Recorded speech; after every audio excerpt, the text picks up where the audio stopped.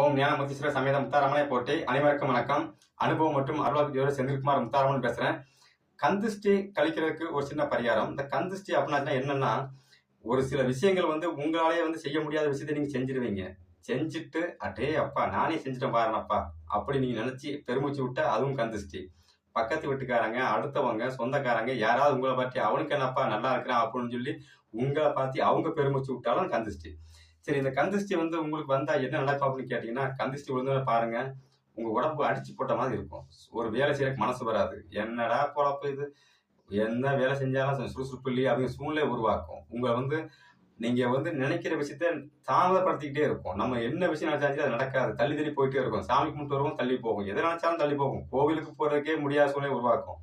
அப்ப இது போல இருக்கிற அன்பர்களுக்கு இந்த கந்திஷ்டி கழிக்கிறதுக்கு ஒரு என்ன பரிகாரம் அப்படின்னு கேட்டீங்க அப்படின்னாச்சுன்னா, சின்ன பரிகாரம் தான். செஞ்சுட்டு வாங்க. வாழ்க்கையில உங்களுக்கு நல்ல மாற்றங்கள் இருக்கும், ஏற்றங்கள் இருக்கும். கந்திஷ்டி இல்லாம இருந்தா தான் நம்ம வாழ்க்கை ஜெயிக்க முடியும். ஏன்னா நம்ம வேகமா ஒரு படியை நோக்கி ஏறிட்டு இருப்போம். சடனா கால் வச்சு இழுத்து அடியில முதல் படிக்கு வந்துருவோம். 10 படி ஏறி முதல் படிக்கு வந்துருவோம். சறுக்கிக்கிட்டே இருக்கும். வாழ்க்கை முன்னேற முடியாது. அப்ப இது போல இருக்கிற அன்பர்களுக்கு என்ன பண்ணலாம்னு கேட்டீங்க அப்படின்னாச்சுன்னா, நீங்க நாட்டுக்கோழி முட்டை கிடைச்சதுன்னா ஒண்ணு வாங்கி கையில எடுத்துக்கோங்க. நாட்டுக்கோழி முட்டை கிடைக்குதா? அப்படி கிடைக்கல அப்படின்னா மளிகை கடையில போய் முட்டை வாங்கிட்டு வாங்க. வெள்ளிக்கிழமையும் செவ்வாய்க்கிழமையும் இந்த பரிகாரத்தை நீங்க இரவு 8 to 9 இந்த டைம்க்கு நீங்க செஞ்சுட்டு வந்துட்டே இருக்கலாம். எந்த சூழ்நிலையிலும் உங்களுக்கு கஷ்டம் வராது.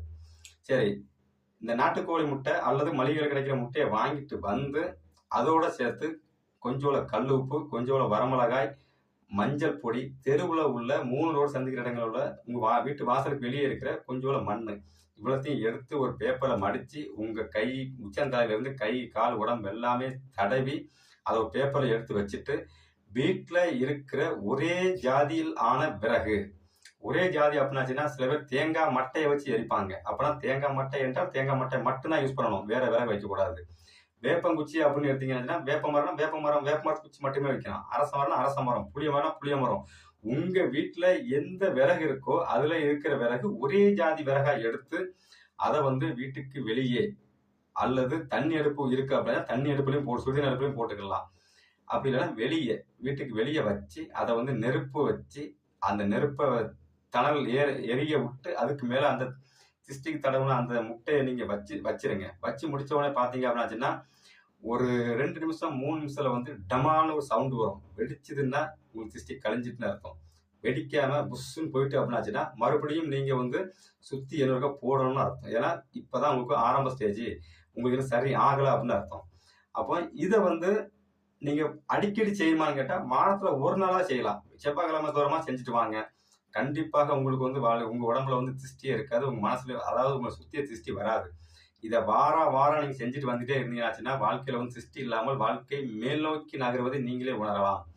ஏன்னா திஷ்டி இருந்தா உங்களால் மட்டும் இல்ல, கடவுளுக்கே திஷ்டி கழிப்பாங்க. எனக்கு திஷ்டி கழிச்சா தான் அந்த கடவுளுக்கு அடுத்தடுத்து அந்த கூட்டங்கள் வர்றது, சாமிகளுக்கு அந்த விஷயங்கள் நிறைய விஷயங்கள் இருக்குது. திஷ்டி அப்படிங்கிறது ஒரு மனுஷன் ரொம்ப அது சொல்லுவாங்க, கண்ணடி பட்டா கல்லடி பட்டாலும் கண்ணடி படக்கூடாதுன்னு சொல்லுவாங்கல்ல. இதுதான் அந்த அது மனிதனுடைய கண். மனுஷனுடைய கண்ணு பட்டா பாம்பே செத்து போயிடுது. அடிப்பட்டு நம்ம ஒரு பாம்பை பார்க்குறோம், நம்ம பார்த்துட்டு அந்த பாம்பை பார்த்துட்டு வாங்க, அடுத்த நாள் காலையில பாருங்க எங்க ஒரு பக்கம் அந்த பாம்பு செத்து கிடக்கும். ஏன்னா நம்ம கண்ணு அடிபட்டுட்டு எங்க ஒரு பக்கம் அந்த பாம்பு அடிவு செத்து போகும். இதுதான் கண்ணடி. கண்ணடி பட்டுனா வாழ்க்கையில முன்னேறவே முடியாது. அதுக்கு இந்த பரிகாரத்தை செஞ்சுட்டு வாங்க. கண்டிப்பாக உங்களுக்கு வாழ்க்கையில கஷ்டமே இருக்காது. மிக மிக சிறப்பாக இருக்கும். குறிப்பா சொல்றேன் கேட்டுடுங்க, விறகு மட்டும் ஒரே ஜாதி விறகா இருக்க வேண்டும். எந்த விறகு வேணாலும் வச்சுக்கோங்க, ஆனா அந்த ஜாதி விறகு ஒரே விறகா இருக்கணும். அந்த ஒரே விறகுல வச்சு நீங்க தீய வச்சு எரிச்சு அதை நீங்க எரிச்சு விட்டுருங்க போதும், அவ்வளவுதான். எரிச்சு குப்பையில விட்டுருங்க. எரிச்சு குப்பையில விட்டுட்டே இருங்க. உங்க திஷ்டி கலைஞ்சிக்கிட்டே இருக்கும். எல்லோருக்கும் முத்தாரமனார் கிடைக்கட்டும். நன்றி, வணக்கம்.